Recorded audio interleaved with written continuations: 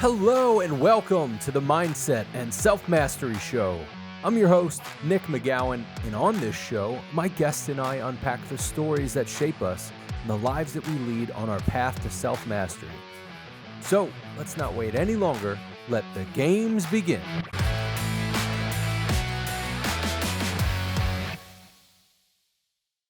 Hey, Clarissa. Welcome to the show. How you doing? I'm doing awesome today. How about you? Good, good. I know you're not in your normal space that you're in, but I appreciate you being on here. I was looking through your website, looking through all the stuff that you had sent over to me, and I'm really excited to be able to get into the conversation that we're going to get into because I feel like you've got a lot of stuff that you've been through. And that's probably just a simple generality, right? Well, it's funny when people say that, you have to, like, oh, you've done so much. Oh, you got to be old to do a whole bunch of stuff like that. It always is, it just kind of comes right back around to, how many Earth years I've got on me. So, well, that's fine that you take it there. I'm not trying to take it there at all. It's funny. And to the audience, it's not like she's 140 years old. Like, oh, you've done so much. Yeah, I've been around a long time, Yeah, I remember when Jesus created the planet. It was an interesting day. We were all, having barbecue and wondering what. No, but I was on Noah's Ark, so there. Touche. And I'm sure we'll get into some of that. So I don't want to take away from getting into that. Why don't you tell us, what do you do? And what's one thing that most people don't know about you that's a little odd or bizarre? Gosh, I don't know. One of the things I think a lot of people don't know about me is that I won Survivor, so that was kind of cool. Being on the celebrity version of Italian Survivor 10 years ago, and being on an island in Nicaragua with a bunch of kids that were a lot younger than me was a lot of fun. It was one of those kind of, why did you do it? Well, because I could. I'm not married. I don't have kids. I have, cactus here in Phoenix, Arizona. So, I can get up and leave anytime I want. And I really didn't want to do it. I said no 100 times and they talked me into it. And I said, let's do it. And it was interesting because what I did learn there, when you're talking about, leaving the audience with, some of those, kind of like golden nuggets. And that is really, honestly, you can't trust anybody. And I don't mean that to sound, no, truly. I mean, I don't say that to like be, no. Right at the beginning of this. No. Just be really extra special, careful, because, all the alliance, you can create all the alliances that you want all year long and all lifelong. And something's always going to happen. There are always going to be triggers. There are always going to be differences. There's always going to be something that somebody's going to throw at you. And that's where the real work of the self-esteem, comes in. It's how you handle stuff like that. I mean, are you still a class act or do you become a complete asshole? Mm-hmm. Yeah, which ties into mindset. How do you handle when somebody's berating you and you go, are you fucking kidding me? But you can't get back at them in that sort of way. And I know there's a lot of pieces that you've gone through in that sort of sense. So why don't we just dive straight into it? There's some of the things that you've gone through specifically self-esteem wise. And then I'm sure there are specific things that you can look back at and say, my mindset shift helped me or really hindered me in that spot. So let's start with that. Were there any key moments or something that pops up that you're like, right there was a pivotal moment where because of my mindset shift, I either went down a path in a negative way or a positive way? Yeah.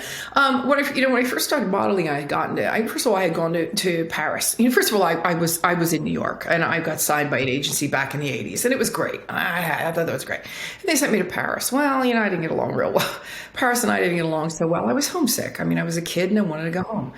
I wind up being a secretary. I'm back in New York City, because I lived in New Jersey at the time, back in New York City.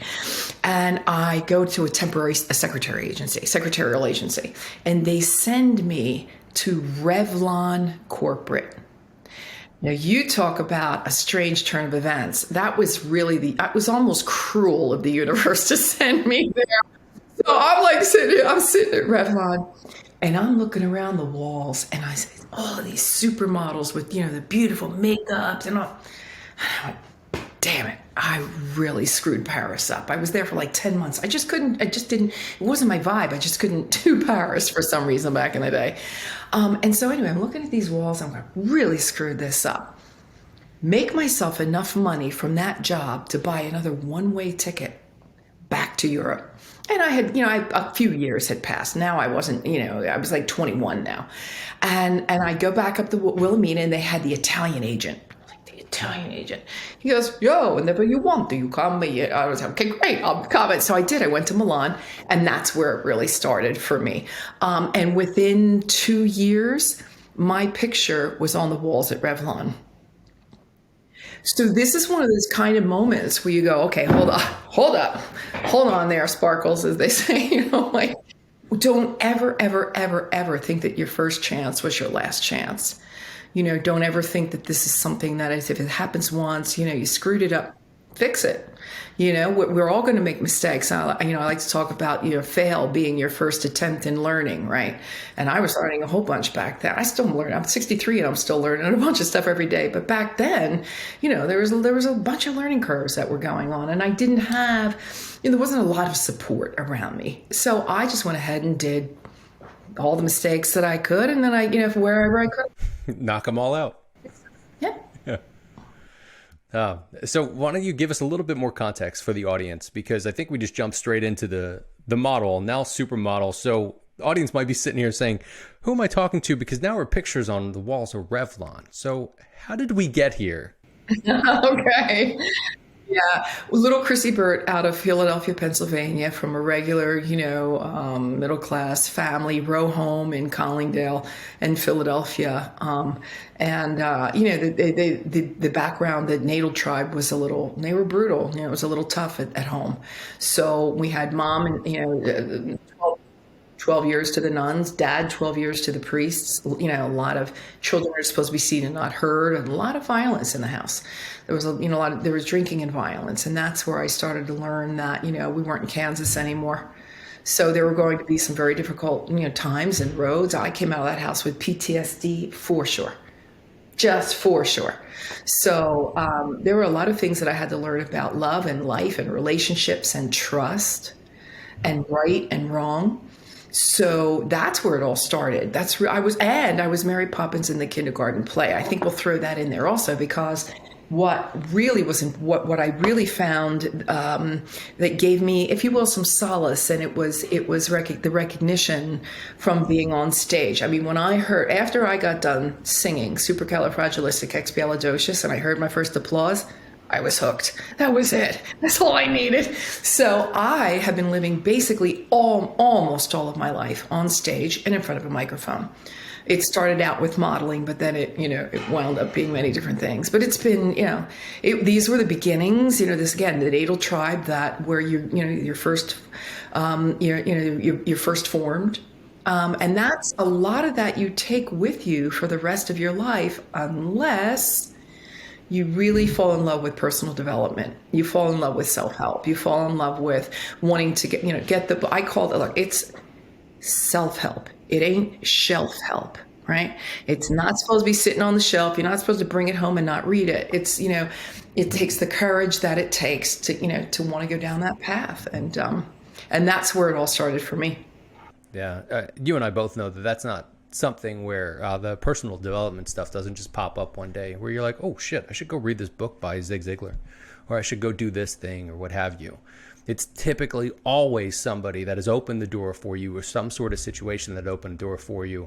I grew up in Glen Olden and Prospect Park. We didn't know that as we got into this, but now you do.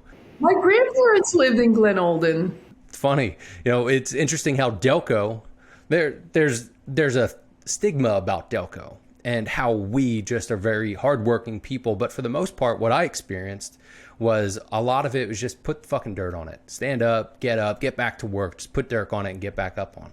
So I know that that's not typically one of those easy shifts to go, hey, you know what? Let's rethink this. Let's look at the way we're doing things. That's not typically the MO, and it doesn't sound like it was how you were raised at all.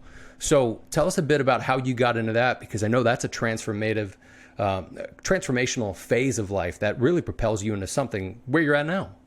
Yeah. Well, again, the formation being children are to be seen and not heard. Wait a minute. Children are supposed to be seen and not heard. And I made my life, basically on stage and in front of a microphone. My mother, who absolutely just couldn't take a picture of the woman. She hated taking her picture taken. Oh my God, she stayed away from the camera her entire life. What did I do?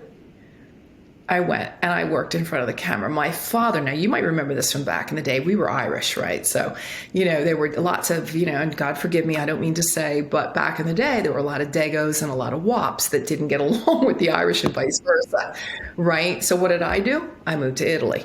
So I moved to Italy to work in front of a camera, right?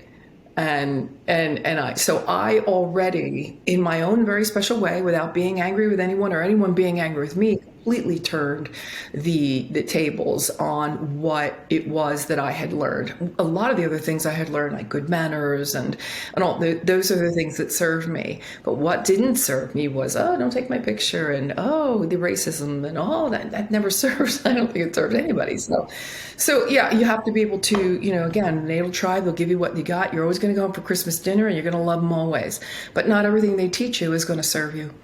So, and I can say the same thing for your faith. I can say the same thing for the educative process, the friends you make in college and university. I can say the same thing for the books that you read, the people that you hang out with. And they have transmuted through the years, right? You're not hanging out with the same people today you did 10 years ago or 20 years ago, because you're a different person, because your path has taken on you. Your path is probably more about your truth now and what works for you and doesn't.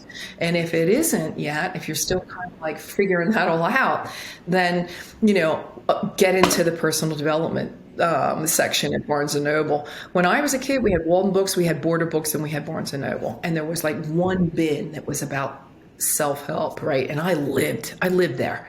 Now, as a billion-dollar industry, personal development, I mean, you can go to Barnes & Noble now, and it's like aisles and aisles and aisles that never end of self-help and personal development. My crowning glory, if you don't mind, my little brag is, I'm in Barnes & Noble now with the Self-Esteem regime, and my last name being Burt, I'm like right next to Tanya Brown, Brene Brown. These are gals that have been on Oprah. I'm right next to Deepak Chopra and Dr. Joe Dispenza. So you can imagine that for me to be like, on the shelf with the titans of the personal development industry. It's come full circle for me. Let's just put it that way. I bet that's kind of humbling at times to think. I can see in your face now where it's still like, that's real, but it's not something like, if you do life right, you shouldn't be able to script it. You shouldn't be able to. You can think of these things and you can say, I want all this stuff, but if you do it right and you actually put the energy out there, bigger things are going to happen, crazier things. So I love that for you. I mean, I get fucking chills just even thinking about that shit. Thanks. Yeah. Thank you very much. That's so awesome. You talked about not trusting people. And I want to get back to that, because what I'm understanding from what you're saying, it's not a matter of not trusting, but it's a matter of not just taking things at a face value and just saying, well, this is kind of the gospel and that's how I'm going to run with it. And doing what you want with it, like what you're doing, to be able to say, oh, well, we got a thing against Italians here. I'm going to go to Italy and I'm going to go fucking sing and talk to people and be in front of people, all the anti things you don't want me to do. So it's interesting how you put that together.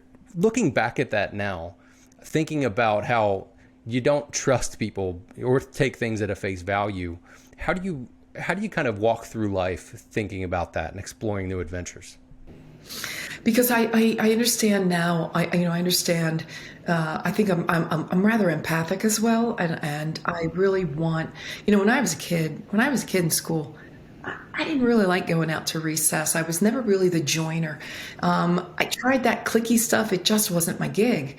And so I would go out. If I was out at the playground, I would be with the underdog, the one kid that nobody wanted to have anything to do with making fun of and didn't want to play with, right? After that, I started to go up to the kindergarten classes. I was like second, third, fourth grade. And here I'm like trotting up, because I found my importance, if you will, in helping everybody, the kids, helping the teacher mark the papers, helping the kids by reading to them, like whatever it was. I only had 45 minutes for recess, but that's how I spent my time, And so the idea that I think it was about taking the high road, and I just created myself a little acronym. I love my little acronym, and it's honesty, integrity, it's greatness, and honor. And I know I sound like, I'm not a military brat. I'm just saying those four for me are values that if we could all bring to the table, like practice radical honesty, honesty with yourself, honesty with everybody else. Oh my God, what kind of world would this be? Can you imagine what we'd be bringing to the table? Integrity, your moral principles, your values, like biggest word in my vocabulary is integrity. Greatness. And you can change that with gratitude if you want. If you want it to be gratitude, that's great. We take the 2 G's here. We don't discriminate. And then it's honor. Like who are you when nobody else is in the room? I got to tell you a story. You love the stories. I'm going to tell you the story. So I'm doing Survivor. And I was already older. I'm like 53 already. And, like, I'm like, I didn't want to even do the show. So I'm like, so in the background. My mother and my sister didn't even think I was on the show for the first couple of weeks. So we had, the pretty girls in the bikinis, the younger chicks were out in the 4, right? So we have to do this one exercise one day where we have to get on that helicopter. And so here we are at the helipad. And the girls get the guy that's, the pilot of the helicopter. And they go, can you go into the little, hut over there and buy us something to eat? Because we're in Nicaragua.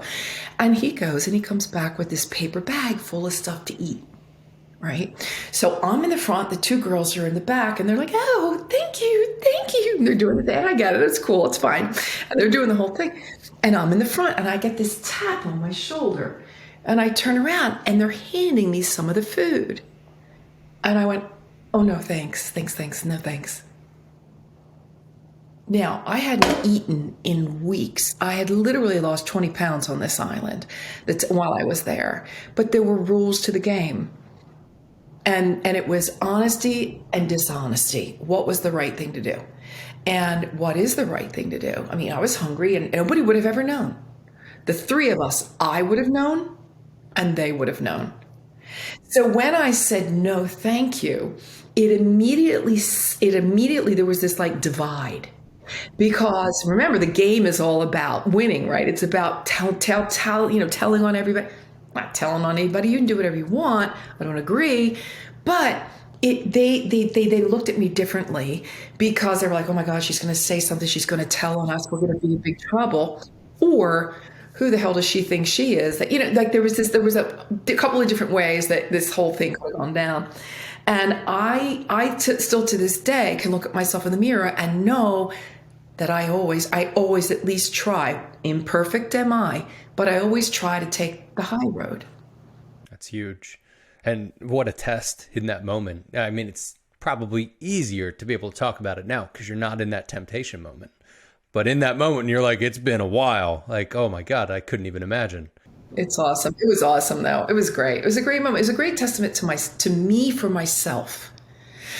Sometimes you have to really have, we have our accolades and our successes and we're doing good. But when is it that you really ever prove your true self to your true self?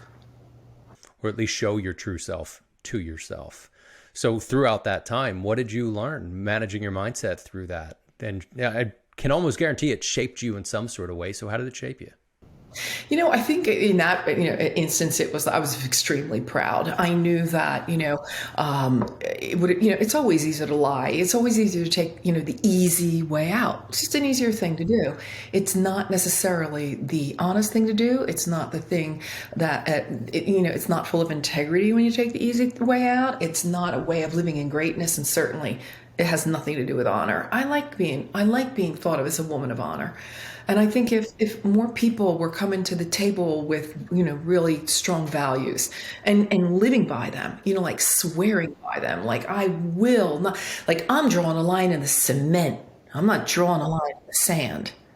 Do you know what I mean? It's a whole different mindset. The whole gig is like, you get up in the morning, you have your inspiration and your motivation and you're working out, you're doing all the things, you've got your affirmation. Affirmations are great. My book's full of affirmations.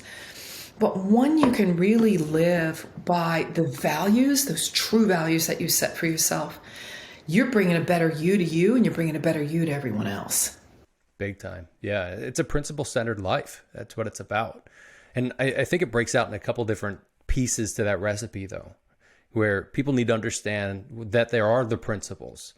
And then they need to understand what their own principles are and then how to use them. And it's not one of those things like you'd mentioned, education. It's not something that's talked about in schools. At least it wasn't in Delco. Well, not your generation, not mine.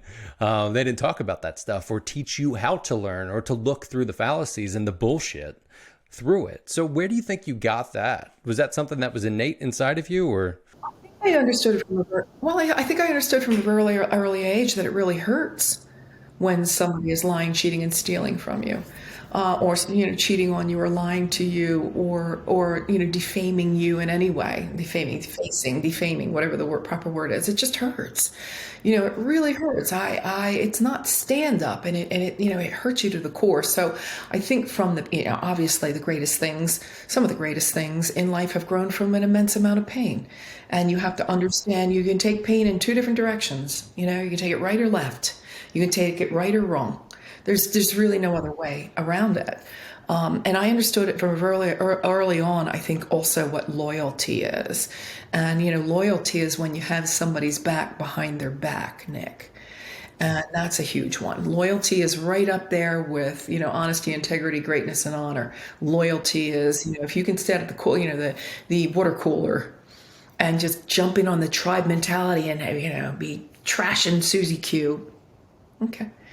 But can you stand there and say, you know what, guys, I know Susie Q, and I don't know, I think she's kind of great. So maybe she was just having a bad day that day, like advocate for someone else. Maybe she's just having a bad day that day, or, have we walked a mile in Susie Q's shoes? Have you done that? Because until you do that, you can't really. So, the whole loyalty piece, when you do that again, you're setting yourself apart from the tribe. So remember that the longest mile, Nick, is always the longest mile is always also the most lonely mile. It can be the most treacherous mile, but it's definitely the most lonely. So if you want a lot of times, in order to be in leadership roles and to have a really, really strong positive mindset, it can be a little lonely. So are you ready for that? Are you ready for that? I'm glad you bring that up because I feel like our audience experiences that at times, which at certain times will also usher in imposter syndrome, where you go, shit, should I be here? Am I supposed to be? And I think for the most part, everybody I've talked to, it's like if you really get to the core of it, they're like, we all don't know what the fuck is going on right now. We're just trying to do the best we can. Yeah, and it's a matter of stemming from those principles, because when you're in those different moments, like we can talk a great game about things, but it's not until you're in the moment where you actually have to show up and you have to be integrous, or you have to have honor, or you have to do that. So if we were to take a little bit of a step back and you could see that somebody's right about to walk into that, what sort of advice would you tell them as they're about to walk into that? Manage your emotional intelligence, because the imposter syndrome is nothing more than I'm doing good and I just don't feel like I'm good enough to tell myself I am. Because many other people might give you the accolades and the compliments and the pats on the back, and you still, notwithstanding, you're gonna, you want to crap all over yourself and say, I just don't, I don't see what they see. What do they see that I don't see? Because it doesn't feel that way to me. So when you're managing your emotional intelligence, it's your ability to interpret and understand your emotions and the sensations in your body. It's also, I don't know, I just think it's so damn important also, because you learn your triggers, what does trigger you, and then it's like self-awareness, self-regulation, and you have to be able to love yourself enough, and that's where the self-esteem principles come in. My 4 pillars are look good, feel good, be good, and greater good. And when you're when you're looking good, we all know that's like self-esteem 101, but you get a little lilt in your step when you're looking pretty good, the fit's nice, you're looking good. Look good, feel good, diet, exercise, nutrition, and brain health now, exactly, how it all works together, and, taking care. Be good. What are you doing with your relationships? How are you doing with leadership? How are you doing with finances and everything else that is going on around in your life? And then we have the greater good, and that is where you tithe, or you pay it forward, pay it back, volunteer, do something good for somebody else. So when you're doing all that stuff, there's just no way you can't be feeling good about yourself. Like, you have to really give yourself give yourself, love yourself first. And we use mirror therapy in the book, and I didn't create it. I learned the work from Louise Hayes, and even Jack Canfield had it in some of his works. When you get in front of a mirror and you start getting in your own face and you start saying, hey, listen, I just wanted to tell you, I think you're pretty damn amazing, and I love you. And I do forgive you too. Yeah, that one time that you did or you said or whatever, that other, I forgive you too. So I forgive you. I love you. You're amazing. See you next time. Shit. I mean, you're looking right into your own eyes. You're digging down into your own, into your own soul. Don't wait for it. They call it self-esteem for a reason, because you're not supposed to be waiting for everybody else, to be filling your self-esteem. It's your work. It's yourself you're supposed to be working on. Forget what everybody else. It's none of your business what everybody else thinks about you. You've heard this a million times. Not your business what everybody else thinks about you. It's your business, though, to know what you think about you. So I'd hone down really good on all the emotional intelligence pieces. Yeah, that's a great point. And I think to add on what you were just saying about looking at yourself at that point, a lot of people will just pop onto social media, and it's difficult to be able to look at yourself when you're looking at other people share what seems like magical moments in their life, and you're just thumbing through and thumbing through and thumbing through. It's almost like at times we fucking make it so much more difficult for ourselves, instead of just being able to kind of pull out from that. So I'm glad that you bring up being able to talk to yourself in the mirror. I've talked to different clients about that, friends even, where they're like, I don't want to do that. I'm like, you fucking try it, and then come back to me and tell me what you think. Do a minute a day. You don't have to like it. I've never had anybody come back and be like, yo, I was a complete moron. Because even if they were like, but I love me and I talked through things, and here I am standing in my bathroom and my wife's like, what are you doing? So it's always interesting how that stuff works, but it takes us actually doing that work. So what does your daily work look like as you do your deep work? Yeah, my deeper work is, meditation, a little meditation in the morning, definitely. I try to get at least a 30-minute workout in the morning, if when I can. Sometimes I'm really too slammed because I start working with Europe first thing in the morning as well, because I got a lot of that going on. So depending on what that day looks like, I will try to get that 30 minutes in. Definitely the water, all the healthy stuff, all that, making sure that all happens. And then I allow myself to have a little bit of junk food every once in a while, because perfect I am not. But and then I have found recently, especially in different case scenarios, especially with work, where people have gone behind my back. People are people, and you just got to love them where they're at.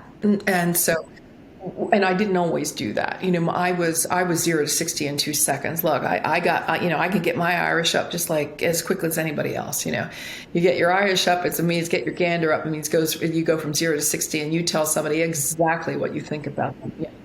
Don't do that anymore. Yeah. We don't do that. I don't do that anymore. So I stop. I stop. I drop. I think. I think it through, and I come from again. I go back up to taking the high road again, living in honor and honesty and integrity, and how would I want to be treated as well? Because people are faulty. We are all faulty, and we are going to make mistakes. I talk about boundaries, and when I talk about boundaries, people think, oh my God, you got to get upset and pissed off and let everybody know. No, you can do it with ease, joy, and glory, and let everybody know how it is, and you will and will not be treated. That's kind of like the gig right there, right? So, that is really important also. For me, it was like, well, how do I want to be treated? If somebody was yelling and screaming at me, that doesn't feel so good. I remember it. It's not cool. So I had to completely, and that's what I learned. I learned that anger was the way to get everything across. And I had to unlearn that. It's like my first chapter. My first chapter in here is release. What do you need to unlearn? So I had to unlearn all that stuff in order to, chapter 2, rebuild. So, I mean, it's pretty, it's a deconstruction. It's just deconstruct and reconstruct. Simple as that. And sometimes you have to do that on the daily, and sometimes you might have to do it on the hourly. People say to me, I just read the book. Why do I have to? Because I have a mastermind. I read the book already. Why do I have to read it again? I don't know. Do you think you have anything you need to release in the last year since you read it last? Or do you have to kind of rebuild anything at all in the last year since you read it last? So, yeah. That's huge. I always appreciate hearing more depth of the story that led to a book, because we as audience and listeners and readers only get the actual tangible book or the actual digital copy of it. but not the actual story that led through each and every chapter. So what did you learn as you went through it? Will you allow me to read something just real quick? Will you allow me to read Sure. something just really quick? So it comes from the acknowledgments.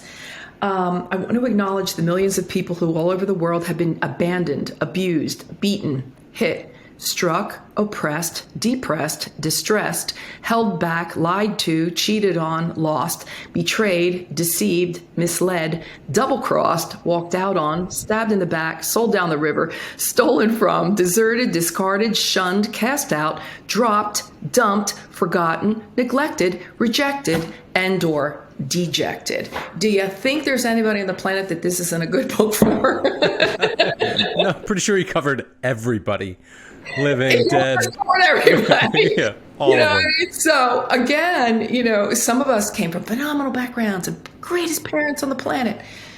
And some of us were completely abandoned and left for dead, so everyone has their story. And the most beautiful thing I think about all of this is that you get to be you. Like, how damn lucky are you that you get to be you? Your higher source, universe, your higher, whatever you believe in, that they knew exactly what they were doing when they created you. You have no right at all to be second guessing what they did. So just get on with it. That's why. How dare you? Exactly. That's why I call it a regime, because a regime is an organized way of doing things. Just do it. Do the damn work. You put your big boy britches on, you put your big girl britches on, and do the work. It's going to be scary. It's going to be scary, and it's going to take some courage, lots of courage. But you know what? So what? Just do the work. And what a pivotal moment.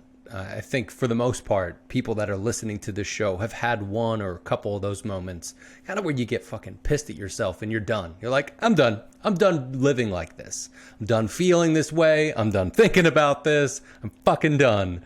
And then moving along from there. I'm out. So from that point, being able to kind of walk toward their path to self-mastery, what sort of advice would you give somebody? The grass isn't always greener on the other side. The grass is greener where you water it. Beautiful way to put that. Just that simple. We're always looking at what's going on in everybody else's backyard. What's going on? Like, don't make shit happen in your own backyard, damn it. Just, self-esteem 101, comparing yourself to everybody else. We talked about self-esteem, about social media before. 99.9%, 89.9% of what we're looking at on social media ain't real. It's perception. It's the Airbnb villa that was rented. It's the, Lamborghini and the Ferrari that were rented for the day. I'm not saying everybody, but we know who they are, right? It's the perception. It's what they want you to believe. And again, self-esteem right now. How much self-esteem do you have to have, or lack thereof, to be renting your life for a day? So be careful with that stuff. Yeah, it's really cool. I'd love to have the Lambo and the actually I want the Bentley in the garage, But we all would love to have lovely things and finer things, can you buy your self-esteem on a hanger at Nordstrom's? Is that what that's all about? I'm not saying that's not great stuff. It's all great stuff. But are you coming from the right place when you're doing that? When you're you get the point.